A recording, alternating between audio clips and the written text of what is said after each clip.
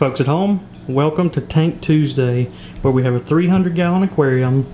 We've got two pet bass named Bonnie and Clyde, and we have a big bluegill named Sheriff. We also have a few crawfish that are hiding up under these rocks down here. And we try to put out a video every Tuesday based off of recommendations that you all have given us and comments from previous videos. And we've had a few requests to test out depth finders, fish finders, any type of electronics in the tank. So I figure that's a pretty cool idea. We'll try that out. I don't know how much information we're going to be able to get because this tank is relatively shallow. So a lot of times you need a lot of depth for those beams to get down and actually get the good data. But I feel like we should at least be able to see some fish on there, let you guys see what it looks like. And I've tried to give you tutorials on the humminbird and electronics and how I use them to find fish in the past. But this, I think, may give us a unique perspective because we'll actually be able to see the fish as it's up under our transducers. Alright, so I just got everything hooked up. I've got my transducer hooked up to a pole that I'm going to use to put it down in the water. And for those of you who aren't familiar with a transducer, that's what goes below the boat or below the trolling motor that sends out the signal that actually gets read back from your graph right here. And I'm going to power that graph up with a 12-volt battery that I got sitting down there below it. Now the first test I want to do is see how this transducer affects these bass, because a lot of times people say when you're in shallow water you need to cut your electronics off because these fish can hear a sound, and I bet you I can show you. So let's go ahead and cut this on. So I just powered the unit up and I can hear the actual sound that that transducer is putting off. It sounds like a pinging sound, and I'm going to put it in here. I bet you I can put it up here on this water surface and you might be able to hear it. Oh yeah, you hear that popping? That's what the fish hear when it's down in the water. So now let's set it in the tank and let's see if it affects these fish at all. We're just going to put it right up there at the surface. We're going to see if these fish mind. So they're all kind of hiding right now. Bonnie's up under the bonsai tree. Sheriff's over there. So I'm just going to sit back for just a second and see if they're interested or see if it bothers them right now. They seem a little bit skittish.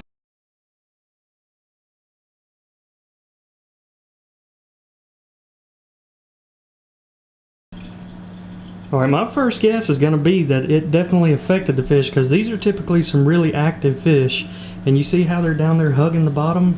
That's not what they typically do. Look at Sheriff's finally starting to come out a little bit, but I would say that they notice something's different. Maybe it's also just the fact that they see something foreign in the tank. So now the second test I want to do is drop a few minnows in and see if they'll eat, because that's going to be the true determining factor if you should cut your transducer off whenever you're fishing or not. Because if these fish won't even eat, then you know that it's definitely affecting them. So we're about to drop a few minnows in and see if they come to light.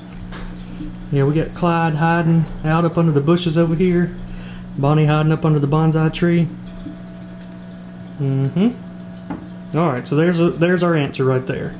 They noticed it, they heard the sounds, it got them a little bit spooked, but it did not stop them from eating. All three of them came out to eat as soon as the minnows were dropped in. So I think that's a pretty conclusive test that they definitely acknowledged the sound, but it didn't hurt them so much to where they wouldn't eat. So I'd say you can keep the transducer on in shallow water. Alright, so the next test we're going to run is we're going to see what we can see on our graph. And I'm using the humminbird 1198C, and we're going to go through. I'm going to do a quick little tutorial about the screens, and I'm also going to show you the settings that I'm using. So to start off with, this over here on the left side, that's your down imaging. That's only showing you directly what's under the boat. And then this screen here, this square box, shows you your side imaging. So that'll shoot actually, you know, up to a couple hundred feet out to the side of the boat on each side. So we're going to go in and change these settings here. You go into the menu, and the first thing we need to change is our chart speed, because we're going to have to go really slow, and even if we start moving this transducer, we want it to be on the slowest speed, so that's going to go down to 1. And now the next thing I need to change is how far it's scanning on the side. So since this tank is so small, we don't need it really to scan but 5 or 6 feet out to the side. So let's set that down on the lowest setting there, which looks like it's going to be 6. And you see we're really getting zoomed in on our side imaging. Yeah, 6 is as far down as you can go. Alright, and if you've never used side imaging, this white line right here is going to be directly below the boat, and then this black area right here, that's going to be the water column between the boat and the ground, and then this orangish looking area, that's going to be your ground area. And then same way here, just moving to the left of the boat. So if you saw a fish over here, you would know to throw to the left of the boat. And then over here, this is just directly below the boat. That's your down imaging. So we're already populating some fish images up here. You can see we've got 2 fish images showing them at 2.3 feet deep. And look who we got over here. So Bonnie and Sheriff are actually sitting directly below that transducer, and they are registering. I've got the fish icon on. They are registering. So that's a good idea. Let's go ahead and swap to our view of the down imaging, and we're going to just wait on the fish to swim up under it, and we're going to see how accurately it shows. There we go. That's a good, and a lot of times you'll see like these arches. That's what you look for. If you don't have your fish icon turned on, you're looking for arches here.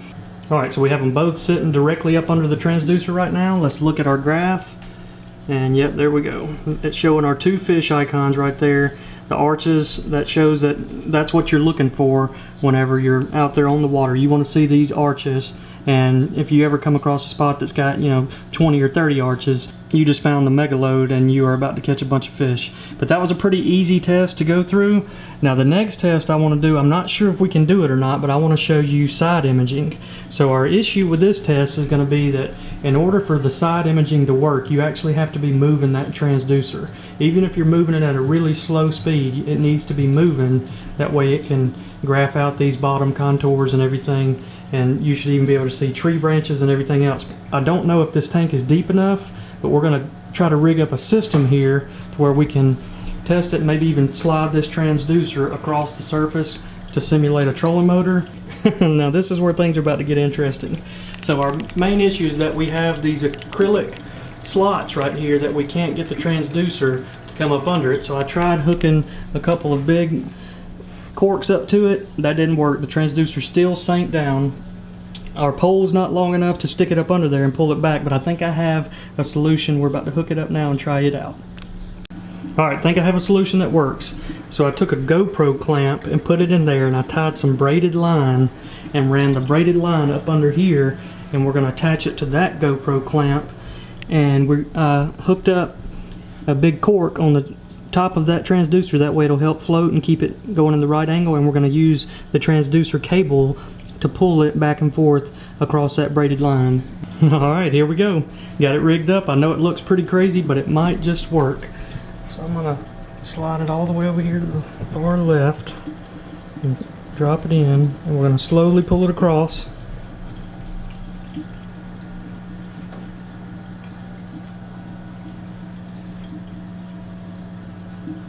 And we'll see what we're getting here on our graph in just a second. Alright, so I'm looking at the graph right now. It's showing up a little bit of stuff. As we came across the fish, the down imaging caught them, but we're not getting near as much detail as I hoped to get because it unfortunately is just a little bit too shallow. I wanted to be able to show you what the bonsai tree looked like, but unfortunately we just got some blurred imaging right there. So I tried, we gave it the good old college try, but unfortunately you cannot test side imaging in a fish tank, so I'll have to show you some clips later on whenever I'm out on the lake. Alright, something I just thought about, whenever you unhook your transducer, you can actually go into a simulation mode. So right now I've got it in simulation mode, that way I can kind of show you what this would look like out there on the lake. Right now we're at 27 feet deep. You got logs laid over here. This is side imaging. This is the left side of the boat, and this is to the right. We got a school of bait fish right here where my finger's at. We got a lay down here. We got a stump here. A couple more stumps over here to the right side. It looks like we're coming up on something like a bridge or either some kind of a deep drop off. Yep, you got a bunch of fish. All those little white specks down there in the bottom are fish. Yeah, we had some big column right here, and it looks like right to the other side of it. We've got some fish there. We got some small fish here hovering right over the bottom, sitting down there 27 feet deep. We got some more structure popping up, but this just kind of gives you a quick idea of how detailed it can get whenever you're in deep enough water. You can see everything from hard bottoms to rocks to grass to bait fish, bass, catfish, everything that's down there. It really paints a good picture to show you what's down below the surface. And we've caught a lot of fish based off the information that this humminbird is giving us. There's a good tree right there. That's a big tree laid down. And one last thing I'll mention is you see a lot of these are shadows. So that's a standing tree right here. It's standing vertically and it's casting that shadow over here. So that'll kind of give you an idea. As you see these fish, sometimes you'll see them as they're up higher in the water column, they'll cast a shadow over here to the right. But one last big lay down, but that's just a quick little look at what it would look like if we were actually out there on the lake. Alright, so that's all of the testing we're going to do with the humminbird, and I guess the coolest thing that I learned during that testing is that the fish definitely recognized that transducer pinging, but it didn't affect them enough to where they wouldn't eat. So that was something pretty cool that I learned.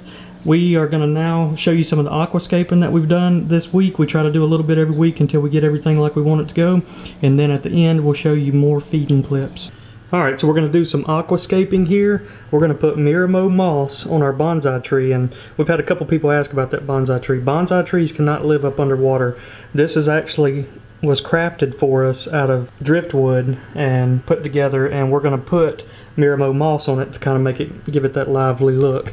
And then we're also going to put some Java moss on some of our driftwood pieces and to kind of give everything a nice green lush look.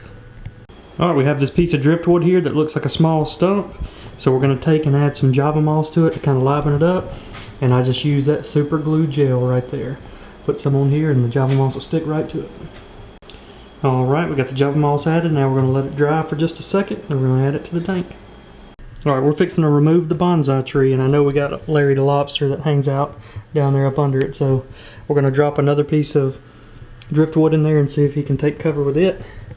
And hopefully Bonnie back there won't eat him. Alright, we got it out. And old Larry's hiding behind the bush. He's got big enough claws, I think he can fend for himself.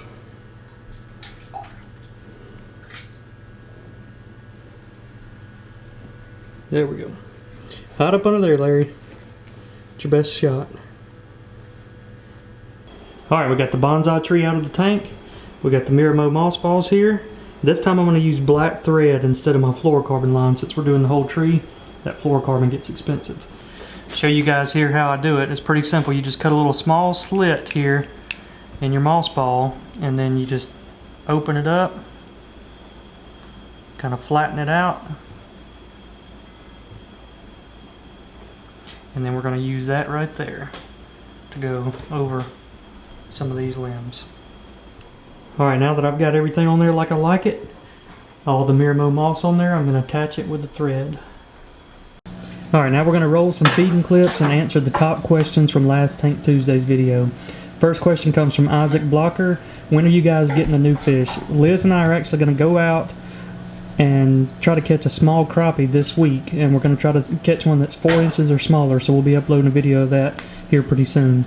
Next question comes from Woolly Booger 86. Hey guys, how much did your 300-gallon aquarium setup set you back?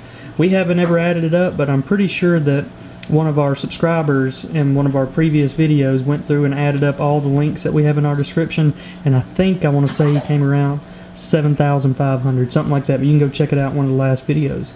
Next question comes from Austin Nelson. Do you do YouTube full-time? No, actually I'm a full-time engineer, and then we also have a business selling lures. That's our BamaBass business, and then we're also YouTubers, so busy man. Next question comes from The Best Games. Where is Lucky? Well, Lucky is a frog that we released out into our fountain behind our house, and Lucky will be in the next video. As I was cutting grass, I actually came across Lucky a couple days ago. He'll be in next Tank Tuesday video. Alright, next question from Bass Huncho. Add a smallmouth bass to the tank and call him Smalls. Like this comment so he can see it. Well, we don't have smallmouth bass down here this far south, so I'd love to get one, but right now there's some technical issues of actually traveling or sending them down here, so maybe in the future I gotta figure that out. Alright, next question comes from Javon Scarborough. Can you show how they act at night? Well, the reason I've never done this is because our lights go out at night, but I do have a camera with night vision, so I may try to set it up and see if we can get some of their nighttime activities and maybe even do a nighttime feeding. Alright guys, that's going to wrap it up. Hope you enjoyed this video. Hit that subscribe button and we will see you all next Tuesday.